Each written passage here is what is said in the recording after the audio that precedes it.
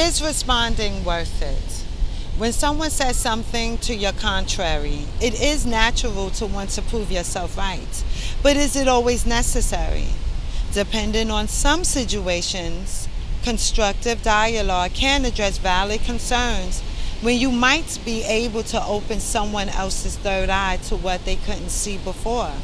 Or maybe they can open up your third eye to new and improved knowledge. But know the difference between that and responding to naysayers. Those who offer no genuine input but are solely focused on either discouraging you, provoking you into a senseless debate, or just wanting to steal your shine and knowledge from you.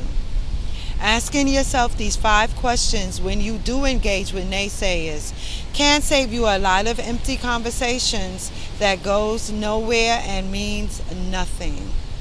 Is the conversation worthy of your energy? Does the conversation hold, maintain, and enhance your original focus? Does the conversation dissolve your confidence on your wisdom you have gained and have you question your self-belief? Does the conversation produce conflict? Or is it just better to avoid the conversation by remaining silent, leaving it alone, moving on from it, and just proving through your actions?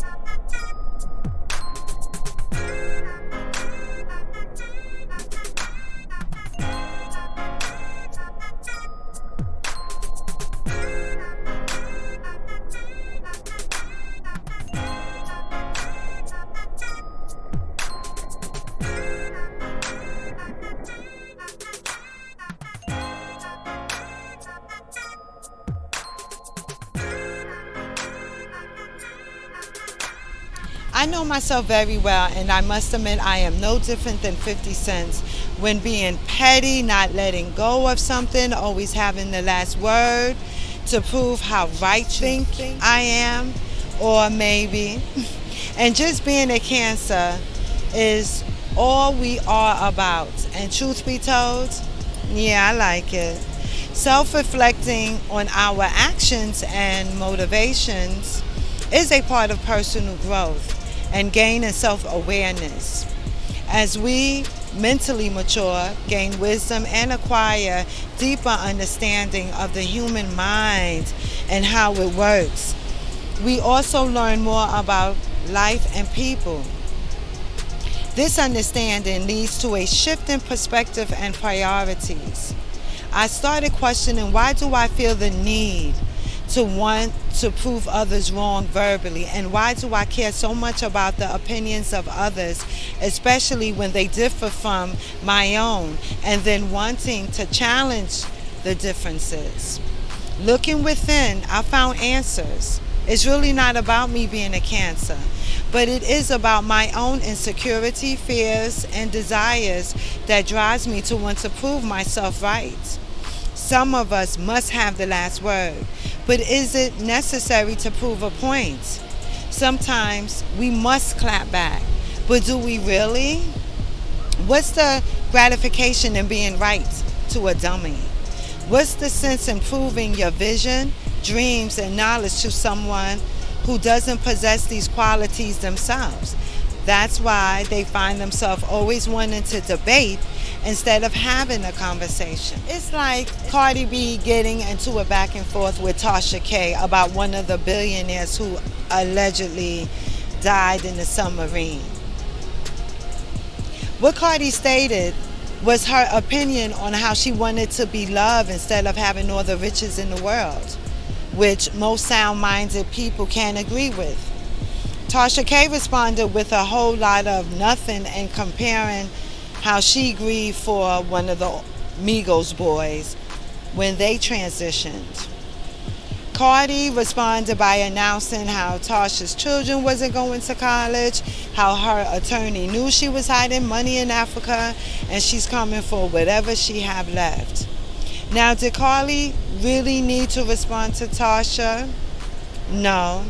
Tasha won on that because she elicited a response from Cardi, who was stating the obvious, making Tasha seem more important than the liar she was proven to be in the court of law. But that ego, once it takes over, you do feel the need to want to clap back.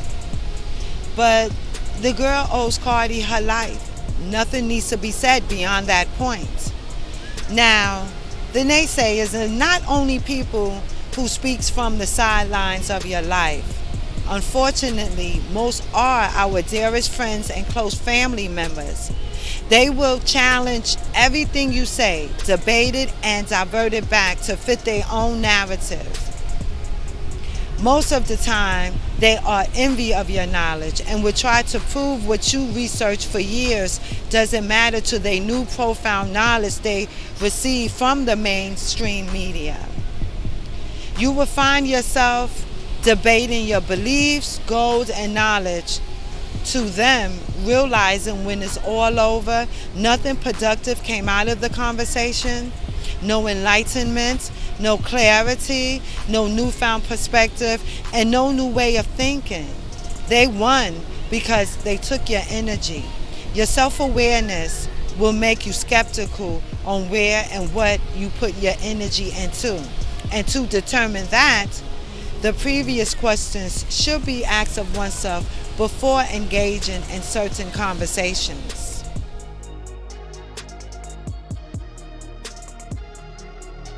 Engaging with naysayers often lead to arguments or debates that can be emotionally draining and time-consuming.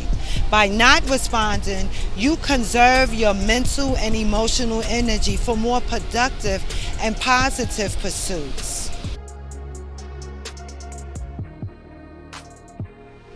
Maintaining focus with naysayers is impossible because they often try to divert your attention from your goals and aspirations by constantly criticizing or undermining your ideas and knowledge. Ignoring them allows you to stay focused on your own path and avoid getting derailed by their negativity.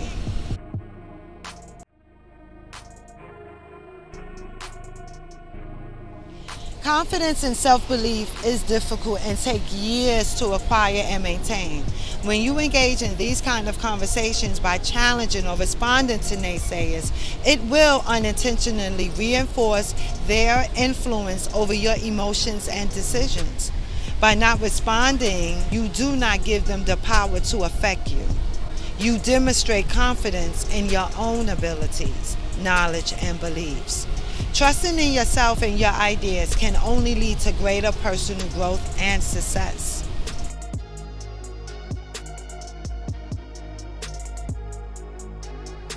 When you engage in conversations with or respond to naysayers, it will escalate tensions that creates unnecessary conflicts that lead to a back and forth exchange that is unlikely to change their perspectives or yours.